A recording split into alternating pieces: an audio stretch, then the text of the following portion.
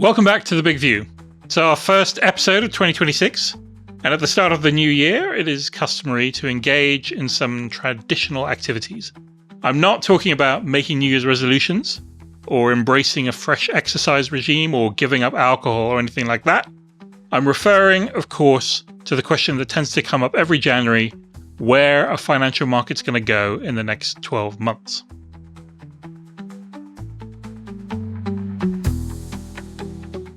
Making predictions is always tricky, and forecasting the direction of stocks, bonds, and commodities is generally a humbling experience. Just look at what happened in 2025. President Donald Trump came into office, delivered the tariff shock many had assumed was just a negotiating ploy, alienated close US allies, attacked the independence of the Federal Reserve, and pushed through tax cuts and spending commitments that will add $3 trillion to the US federal debt. Yet, by the end of the year, the S&P 500 index had gained about 15%, and the yield on 10-year US government bonds was lower than at the time of Trump's election victory. Only the weaker dollar and the soaring price of gold offered a hint to investors that something has shifted. So, any prognostications about the direction of financial markets in 2026 should be approached with caution. Indeed, just consider the Trump administration's abduction of Venezuelan President Nicolas Maduro.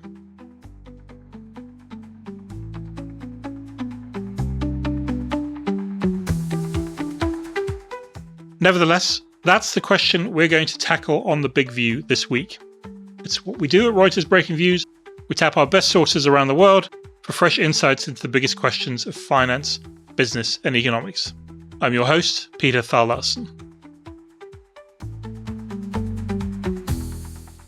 So to talk all this over, I'm joined by Anna Szymanski. Anna is editor-in-charge of Reuters Open Interest, the go-to provider of data-driven expert commentary on the trends driving global markets. She's also a co-host of Morning Bid, the new daily podcast from Reuters, which explores in great detail all the gyrations in stocks, bonds, and commodities that are happening every day. Anna Szymanski, welcome to The Big View. Thank you for having me. And Happy New Year. Yep, Happy New Year to you as well. Have you got any good New Year's resolutions? My New Year's resolution was to sleep more, but I will say the news that started this year made it so that I have already broken that entirely. Yes, I know. The year started with a literal bang in Caracas, which we should talk about, the sort of the geopolitics. But I just want to start by just sort of zooming out a little bit and just thinking about the sort of the general mood, because it just seems to me that everybody's incredibly bullish. It's true. Which, to be fair, I think one could ask, why not to be? Because if we saw what happened last year, where we had many things occur where one would have thought it would have, created some type of lasting correction in the market, whether you're talking about tariffs, whether you're talking about multiple geopolitical issues, but it simply didn't. And a lot of the forces that were driving the rally last year are continuing, and we're likely to get rate cuts this year. So if you're thinking of relatively strong earnings growth, you're thinking of, the AI theme almost certainly going to continue, and potential for rate cuts. That's a recipe for a bullish environment. Yeah. So the kind of the resilience of the economy and of the markets in 2025 has sort of got everybody thinking, well, that will continue, basically. Yeah, and I know one thing that Mike Dolan, who I do the Morning Bid podcast with, and I've talked about frequently, is also this question of, you have a generation of traders now who have never seen a time where it wasn't a good idea to buy the dip. So in that environment, what has to occur so that people won't buy the dip? So you certainly could have volatility, and I think we probably will have volatility this year, but will you have any type of sustained correction? It seems unlikely. Yeah, although I will say, we should get back to that. I mean, that sort of psychology question is really interesting.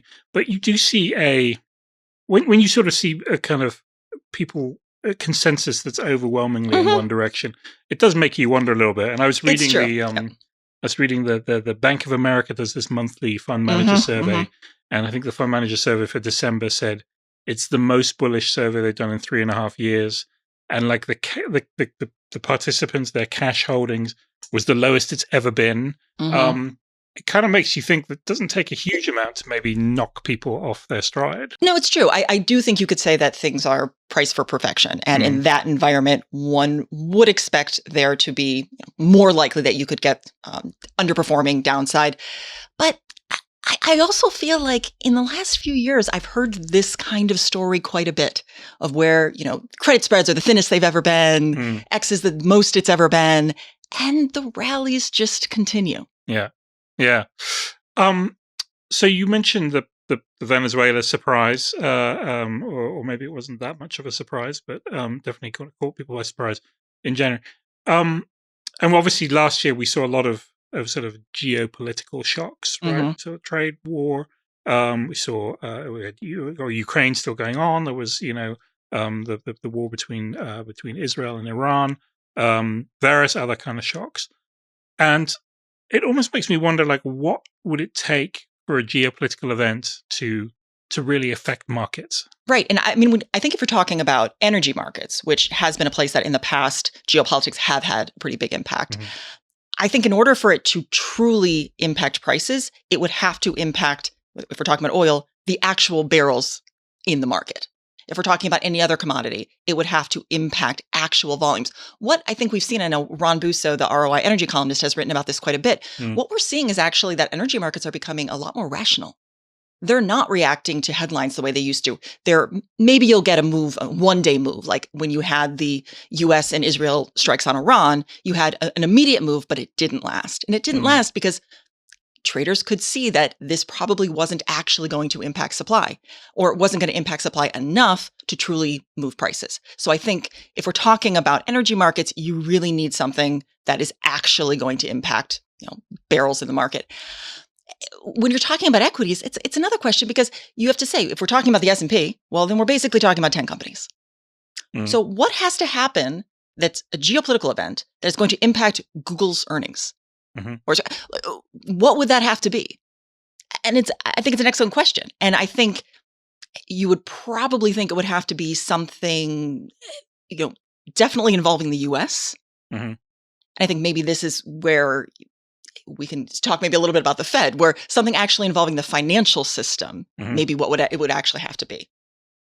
Yeah, or something that affects the economy more broadly, which I guess we got a glimpse of that in April last year, right after the Liberation Day. So people worrying about inflation, kind of stocks fell, bond yields went up. There was a sort of a shock that did seem to affect, or at least people were expecting it to have an economic impact. And the interesting thing there is that you did have a week where frankly, it almost felt like the pandemic, where it almost just didn't seem like there could be a bottom. No one knew what was going to happen. And then as soon as Trump came in and delayed things, obviously everything bounced back relatively quickly. And what we have seen is that tariffs are a lot higher than they were. Now, granted, we haven't seen the significant economic impacts that people might have expected, but you do have higher tariffs, and markets now have kind of come to terms with that. In a way, I feel like what happened in April was really a response to how the tariffs were presented. I think there was a lot of concern about the seriousness of the administration, given how they were presented. And then I also just think the surprise, whereas once you had the administration, you could argue, act somewhat rationally in terms of pulling back, markets responded in kind. And also what we've seen in the whole taco trade from last year is that you do have a lot of investors now thinking, okay, what we saw last year was that if markets really push Trump, he pulls back. So markets are going to act with that in mind. So what would have to happen? You'd have to have something happen where Trump was just not responding to the market. And that actually seems unlikely, because one of the things we've seen is that markets, especially the bond market, is something that can actually curtail Trump. Congress might not, but the bond market seems to. Yeah. International law, not so much, but the bond market we pay attention to. It's like James Carville quote, coming back as the bond market. Yeah. But that's sort of interesting because, well, there's a couple of things there. I mean, first of all, maybe just on the geopolitical issues. I mean, there is a sense that none of this, as you say, none of these things individually really matter. Israel bombs Iran, but Iran doesn't block the Straits of Hormuz. Therefore, the oil price is unaffected there. Everything goes on. They abduct the president of Venezuela, but Venezuela's only 1 million barrels of oil a day or something like that. And so, and, you know, that's not going to change dramatically anytime soon. So that doesn't affect people. I saw a quote from someone talking about Cuba, you know, the possibility of regime change in Cuba. And it was sort of like, well, unless you care about beachfront property, it doesn't really matter in terms of financial markets, which is a pretty cold-hearted way of looking at things. Indeed. But there is something in that none of these things really add up to something that's going to your point, to sort of derail the economy or to derail corporate earnings. I guess the risk, though, as you know, as I listen to you list all of these things, is it kind of that apocryphal story of the frog in the boiling water, where markets are just like, it doesn't matter. But do you get to a point where all of a sudden it does?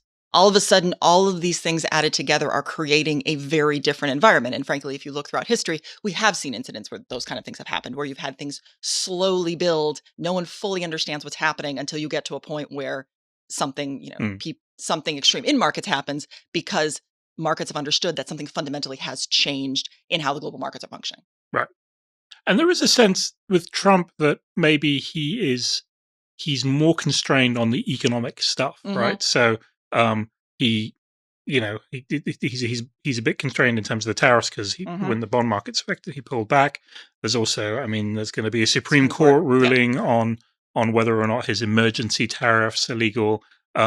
He's a bit constrained on the Fed. You know, it sounds like he's going to probably appoint someone from a short list of reasonably sensible candidates to be the head of the Fed. Likely someone named Kevin, narrowing it down.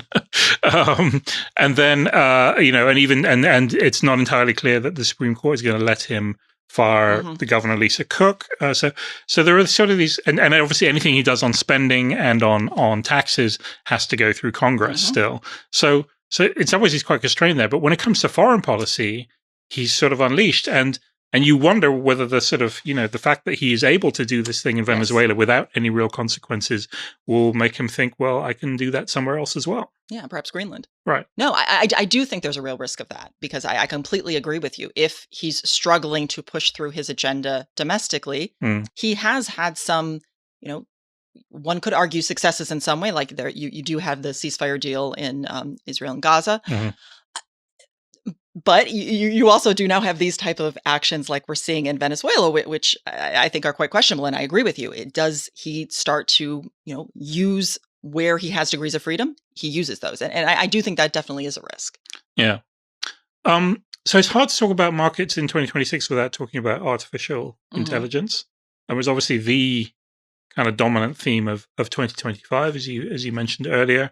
And I think I saw there was I think Deutsche Bank strategists had done a survey of their clients, and sort of the possibility of an AI reversal was by far and away the number one sort of risk that people see going into 2026. So how should we sort of think about this, and how should we think about, I guess, the knock-on effects possibly? Well, I think on the one hand, of course, it would be the biggest risk because it's the biggest driver. Right. So kind of by definition.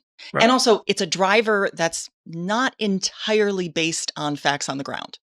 It is based on a lot of expectations and hope and belief that this is going to revolutionize things, that this is going to massively increase productivity, that whoever wins this race is going to win the new economy. And maybe all of those things are true. But, you know, I'm not the first person to say that one of the things we've seen in the past when you have technological innovations, revolutions, is that too much capital flows in. There's overbuilt, overspending, whether we're talking about railroads or whether we're talking about the internet. This tends to be what happens. And then you do get to a point where some type of bubble is created, because basically the real world hasn't yet caught up with the financial world. And so you do have some type of significant correction, and some people lose money, but ultimately society kind of moves forward, because in a way, the only way that society can move forward is if you have technological advances. And the only way those can occur is if people think they're going to make money, and so they throw money at something. Yeah. And so you then are creating the structure that could lead to this kind of AI-driven economy of the future. So it's that it could be correct that AI will completely revolutionize our lives.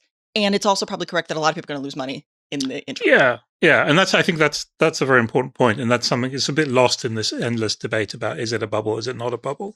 But because you can believe in the sort of the possibility of technological improvements, and also believe that Meta is probably going to not make money on the hundreds of billions of dollars it's spending on data centers. Right. But on that sort of latter point, I mean, there's a lot of belief behind it, but there's also a lot of real investment in capital. Yes, this is true. Right? I mean, this is not like, oh, we made some software and people think it's going to be really successful. It's like, no, we've spent a load of money buying chips and building data centers and buying the power to power the data centers and so forth.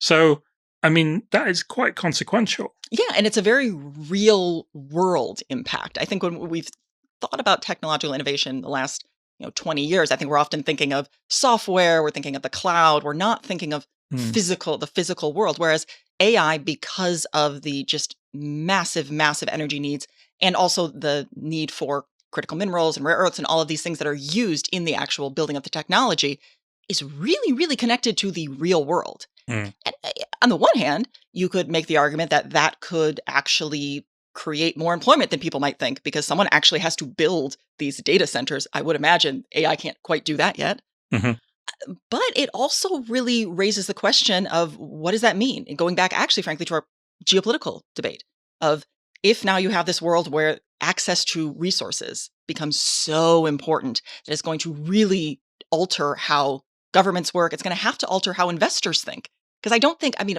of course, investors in specific areas have had to be concerned about real world items, but I think in general, there hasn't been this much of a focus on access to resources that there is now. So just sort of play that forward a bit then. So what are the consequences of that? Because I guess the way I think about that is we've historically, in financial markets and in sort of business generally, people have optimized for efficiency. The chip industry is a perfect example of that, right? Like, it's sort of like, there is one company in Germany that makes the mirrors, and there's another company in Japan that makes the silicon wafers, and they all sort of operate on this assumption that they can source their materials and they can ship things around the world in a very sort of efficient way. And if that changes fundamentally, then what you have, what you're left with is something that's less efficient and therefore presumably less profitable. No, I think I completely agree with you. I think that's a very real risk, that the kind of things that, again, even if we get to some AI future, the interim could be very, very messy. I think specifically because of that, because what the focus on AI has done has increased the kind of, in a way, breakdown of globalization that we've been seeing, even in the years leading up to that. As you were saying, in the last few decades, there has been these long supply chains, but whether it's from the pandemic and the AI revolution, all of these things, you're now seeing this pullback. And it seems like that's probably going to continue. And that is something that I don't think investors have fully wrapped their brains around yet, partly because it's actually very challenging to do that. So you have a team of columnists at ROI, some of whom basically are focused on materials, right? On oil, on metals, on renewable energy and things like that. So what insights do you sort of see bubbling up from the work that they're doing that maybe investors should be paying a bit more attention to? Well, one thing I know Andy Holm, who writes on metals, has really noted is, number one, how currently, I think it's 80% of the tradable elements on the periodic table are now classified as critical minerals by the U.S. It's just some remarkable number. But also how the way that companies use these materials has really changed. That in the past, we were thinking in enormous volumes and smelting all this metal. And while, of course, that's still occurring if you're thinking about iron ore in China, a lot of the technology now needs very small amounts of a number of these rare earths, those kind of things. Yep. And that's why you'll sometimes hear people kind of poo-poo the rare earths question by saying, oh, well, but if you look at how the actual just value of these things, it's relatively small. But you only need a small amount for the most important products in the world. And so I think people need to really kind of wrap their brains around how these elements work in the products of the future, whether you're talking about AI, but also whether you're talking about a lot of the renewables technology. And another thing, and this is something that, Gavin McGuire, who's our energy transition columnist, and also Ram Busa, who writes more on traditional energy, have both kind of talked about and written about, is this idea that what we're seeing in the US is that we're essentially moving backwards in terms of our energy policy. Mhm. That we're going back to a environment where we're only focused on fossil fuels. We're not investing in renewables. There's this assumption that fossil fuels will not plateau, perhaps ever. Whereas you have China obviously doing exactly the opposite, where you have seen China actually up like their use of coal, but the reason they're doing that is so they can electrify faster. Clearly we see where they're headed, and they're also the ones creating all of the goods that will have to be used by everyone else who wants to switch over to renewables. Just explain that bit. Why do you need coal to electrify faster? Well, no, it's because it's cheap. Right. If you want to electrify more quickly, you want to use the cheapest possible energy. Oh, I see. Okay. So it's, again, you could look at it on the one hand and say like, oh, clearly they're not focused as much on renewables, but that's, I think, looking at it incorrectly. That's something like Clyde Russell, who works on Asian commodities on my team, has written about quite a bit. Right. So it's just that let's generate as much electricity as we can. Exactly. Right. Exactly. Okay. So I think this is really going to be obviously one of the biggest stories in energy probably for the next decade, that, as of right now, it frankly looks like the US is really making a major own goal, for want of a better term, that it is really helping China, essentially, because it's pulling out of this race. And I think that that's something when we're thinking about the position of the US moving forward. People talk about the dollar, they talk about all of these other things in terms of the potential for US to lose dominance, especially in a world where access to relatively inexpensive energy is so important. The idea that the US may be really taking just not necessarily even the wrong route from an ethical perspective. You could say maybe for climate change, but even setting that aside, just economically, they may be really shooting themselves in the foot. Yeah. Yeah. No, and that's definitely is also this interesting question about the role the US plays if it's sort of if it's basically saying, well, these new technologies, whether it's solar panels or batteries or whatever, we're not going to compete with the Chinese on that. Then how do you influence a world economy if you're a little bit in the sort of in a cul-de-sac on that? No. So that's an interesting question. I think we should talk about. We obviously can't talk about markets without talking about credit. And obviously, you used to work at Oaktree, the big alternative asset manager. And I feel like I've sort of heard probably around this time of year from distressed investors. Every year, it's like, okay, this is the year it's all really going to crack. And there was 2022 when interest rates went through the roof, and I was like, okay, finally the period of low interest rates is over. Now the kind of chickens are going to come home to roost. And we saw a few hiccups, or what they were called cockroaches, last year, but we haven't really seen anything really happen. So how do you think about that for the year ahead? Yeah, no, it's an interesting question. I mean, as of right now, frankly, it looks like maybe there was only one or two cockroaches. Right. So when you did have interest rates go up significantly, there was a lot of talk that we are now in a higher for longer environment. We're now in a new environment. You basically had 40 years of lower declining interest rates, which really did undergird the growth of private credit and frankly, the growth of private equity. And now we're moving into a new environment. And I think a lot of the fear and also the expected opportunity for a lot of distressed debt investors was the idea that you had capital structures that were put in place with a completely different world in mind, especially things out in 2020, 2021. Frankly, we just haven't seen the type of collapse that one would have expected. I think there's a lot of reasons for that. I think partly it's because there are just a lot more mechanisms and ways for companies to work with their creditors. You saw, tremendous growth in distressed exchanges, those kind of things. So you just simply aren't seeing the types of collapses. There are more, there was all this talk about covenant light. Well, the one nice thing about not having a lot of covenants is you can't breach them. Yeah. So it actually can be somewhat beneficial when you get into rough times. No, we've definitely seen that. Some people who have companies that have way too much debt. Patrick Drahi, the telecom entrepreneur in France, is a good example. But he has so much freedom to move stuff around that basically, his creditors just have to kind of accept it. Now, granted, if you're extremely low in the capital structure, you may end up finding that your recovery values are much lower than you would have anticipated. So it's not that there couldn't potentially be losers, but the issue is, are you going to see some type of collapse, some type of crisis. And again, going back to something I said earlier, that, credit spreads have been very, very narrow. And so that always raises this risk. But again, you look at the companies that have a lot of this debt. Now, of course, there are going to be some that are weak, but a lot of them are also very strong companies. And the idea that these companies are going to potentially default is obviously extremely low. Yeah. And so I'm not saying that you couldn't have some type of downturn in credit markets, but are you going to have something like we saw in 2008 or probably not? I just think you aren't seeing the type of the spike in default rates. Almost in the last few decades, I would say you're actually seeing really a decline. So even when you do get a bit of a downturn, you just don't get the same spike in default rates that you did in the past, which doesn't mean that there couldn't still be opportunities for some investors, but frankly, they're probably going to have to be smarter investors. They're probably going to have to do a lot harder work. It's not shooting fish in a barrel, which frankly, at certain periods of time it was. Right.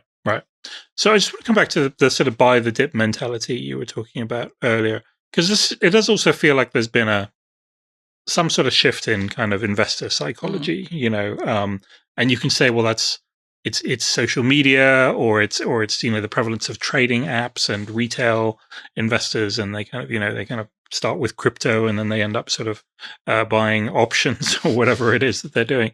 But there does seem to be the sense that some, at least in some areas, the markets can detach from financial reality and stay detached for quite a long time.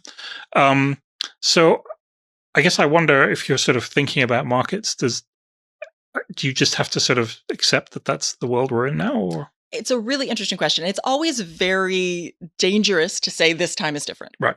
We all know that. Very difficult words to say. But at the same time, investor psychology is obviously going to be based on the experiences of the investors of that generation. It took decades after the crash in the 20s for anyone to invest in equities again. You definitely, after the dot-com crash, you had people, pulling back for, relatively significant period of time. But if you're talking about the main body of investors who are working now, they simply haven't had a lot of those experiences. They've had certainly significant downturns, whether it's 2008 or whether it's the pandemic. But in both of those instances, particularly starting with 2008, they saw that if things got too bad, the government would come in. And I really think fundamentally that's what's changed, is that now there is the expectation that regardless of what anyone says, the government is just simply not going to allow things to crater. And that is a little bit dangerous because the reason that you earn a premium for equities is because you're taking a risk. If your assumption is that, well, there's not really any risk because I know that the government's going to bail me out, number one, that's why then are you earning that risk premium? But number two, it probably means you're going to take a lot more risk. And so there is definitely the worry that could lead to, some type of massive correction. But the thing I always come back to is, what stops the government from being able to step in and bail out investors? Especially now at a time when equity holdings are a lot more broadly spread out through, in America, a lot more people now hold equities, have a lot more of the wealth in equities. The idea that the government is going to allow, some type of massive collapse, it just seems incredibly unlikely. Now, that doesn't mean you couldn't have a 15% correction here, a 10% correction there, certainly, but something that's sustained, almost, again, it seems unlikely because what I'm saying is not revolutionary. Everyone who's working in the markets thinks the same way. Also, a lot of the markets it's not people anymore. Yeah. You have machines that are trained on certain things, so they're going to behave in, potentially more rational way. Now, of course, we had things in the past of portfolio insurance and all these things where they thought they were super smart and then it fell apart. But I think, frankly, what's happening now is much more sophisticated than that. Now, does this mean we will never have a, true market crisis again? Obviously not. We all know that, I'm sure we will, but I'll be honest, it's very challenging to try to think of what would actually cause that. Yes. Yeah. I mean, it is important that you say a lot more people hold equities and kind of have portfolios and stuff, but it's still, there's still a lot of people that don't. And so that there is, I guess, the sort of distributional politics of that kind of bailout mentality could get tricky at some point. It's true, although the reality is that the U.S. for especially the last few decades, and one could argue its entire history, is going to give a lot of credence to the people who hold power, who have money. Yep. And those are going to be the asset holders. Yeah. The idea that that's going to change unless, you have a true revolution in the United States, again, it seems unlikely because, yes, was there tremendous discontent after the bailouts in 2008? Certainly was. Could you argue that has led to a lot of things post that? You certainly could. But again, I think leaders need people to donate to them to become politicians. So yes, no, that system is that's pretty embedded. Well, Anna, this has been great. Thank you very much. Real sort of kind of tour of the horizon. And I guess I'll come back and check in with you regularly and see how it's panning out compared to what we expected at the beginning of the year. But thanks very much. Yeah, no, looking forward to it. Thanks so much for having me. That's it for our first show of 2026. Thanks to Anna for that great and very insightful conversation. And thanks, as always, to you for tuning in. This episode was produced by Oliver Tazich with support from Mike Copeland, John Hodge, and Sunita Barthford in the studio in London. For more fresh insights into financial markets, check out the Daily Morning Bid podcast and all the commentary from the Reuters Open Interest team. And also look out for our sister show Viewsroom and read our views every day at breakingviews.com and reuters.com.